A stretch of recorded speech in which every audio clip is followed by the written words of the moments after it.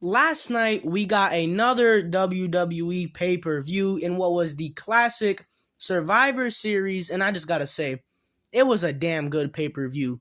And I don't want to wait any longer, so let's just get straight into it. This was, of course, Survivor Series War Games, and we started this show off hot with the Women's War Games match. Bianca Belair, Asuka, Alexa Bliss, Mia Yim, and Becky Lynch took on Damage Control, Rhea Ripley, and Nikki Cross in the War Games match. And to really describe this match, it was just pure chaos. We saw wild spots back and forth. We saw Nikki Cross jump off the top of the cage onto like 5 people. Alexa Bliss willingly handcuffed herself to Nikki Cross. Io Sky did a moonsault from the top of the cage onto both Bianca Belair and Mia Yim, and to close the match, to end the match, Becky Lynch, who was injured for 4 months, and this was her first match back, did a leg drop off the top of the cage onto Damage Control, who were both lying on tables. And she pinned them, and Team Bianca got the win. And that's just what I can remember from the top of my head. Like I said, this match was just pure insanity. We saw Rhea Ripley come into the match, and she was just dismantling everybody until she got misted in the face by Asuka. Rhea Ripley has been booked as like the final boss of the Raw Women's roster, and she has to be the one to dethrone Bianca. She has to be, because I can't think of anybody else right now who is near Bianca's level other than Rhea Ripley.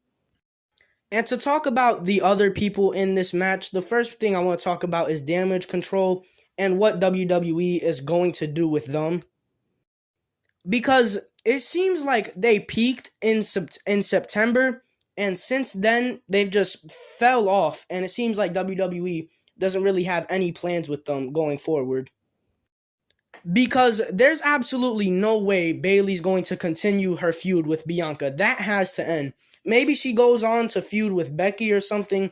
I don't really know. As for what they're going to do with Io Sky and Dakota Kai, I also don't know. Are they just going to have them hold the titles? Are they going to have them defend them frequently? I don't know. I feel like Damage Control is a very weird subject right now. Maybe they might even break up. I don't know.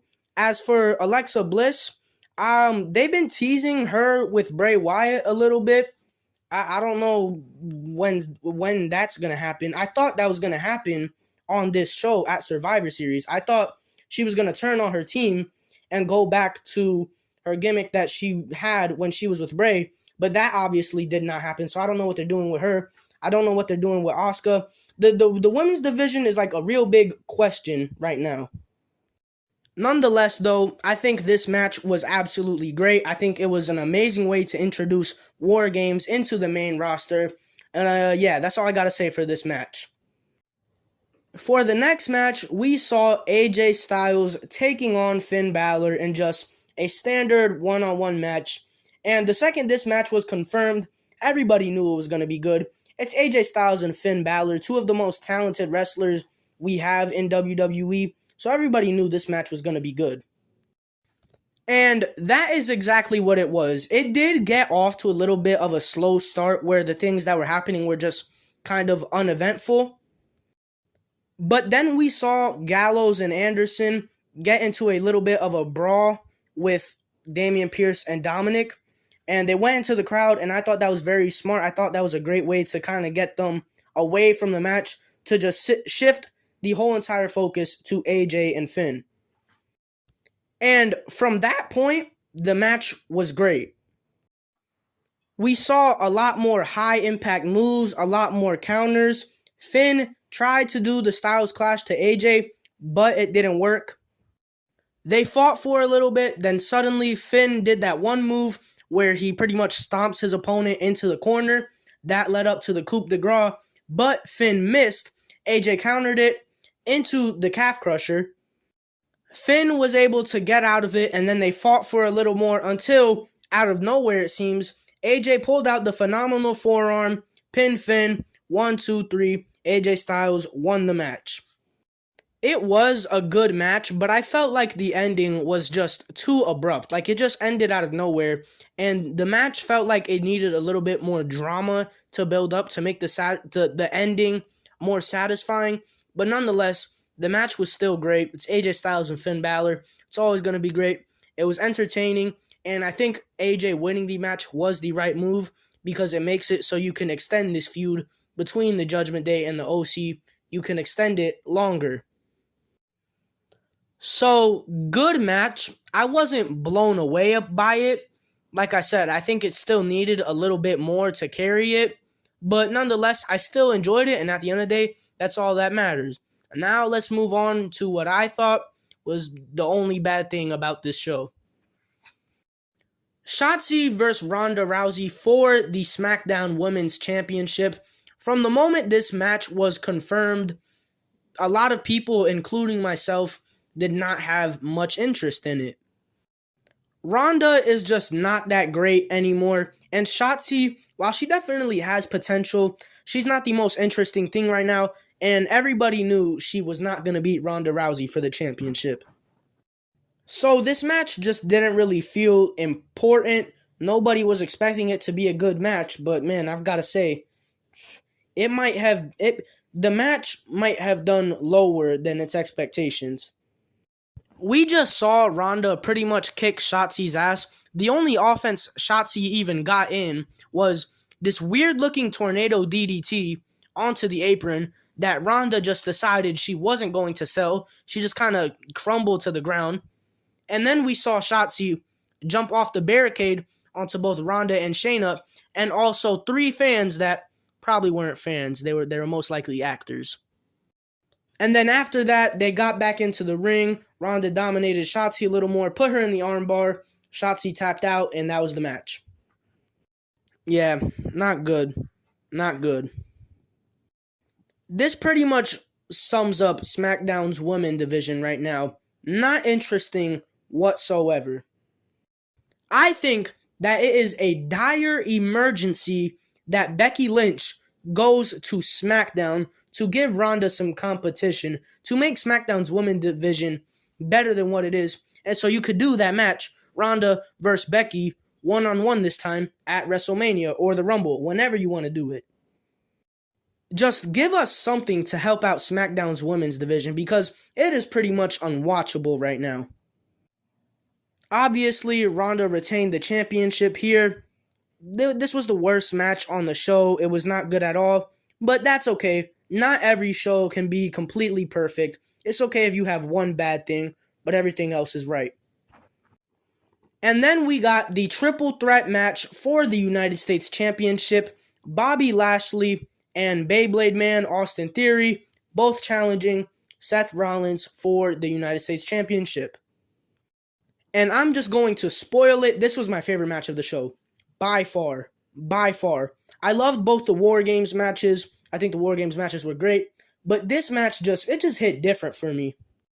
I just love multi-man matches, triple threats, fatal 4-ways, fatal 5-ways, 6-mans, all of that. I love it. And this was a triple threat done to perfection. You had Bobby Lashley beating everybody up, looking dominant, looking like a monster. Seth Rollins getting in his unique style of offense. And Austin Theory just doing what he does best, which is be a sneaky heel and try to win in the most cheap ways possible. And all of that just worked so well this match. Bobby Lashley at one point had both Seth Rollins and Austin Theory, both of them, in a hurt lock.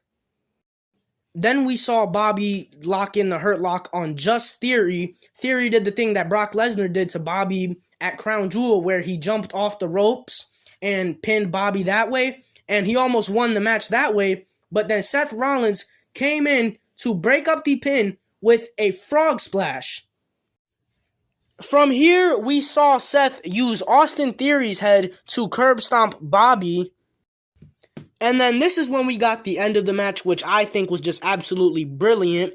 Seth did that one move that he usually does, where he does the superplex from the top rope into the Falcon's Arrow. But before he was about to hit the Falcon's Arrow on Theory, Bobby Lashley came from nowhere and speared Seth But then Austin Theory fell over onto Seth, covered him for the pin, 1, 2, 3, and Austin Theory is the new United States champion.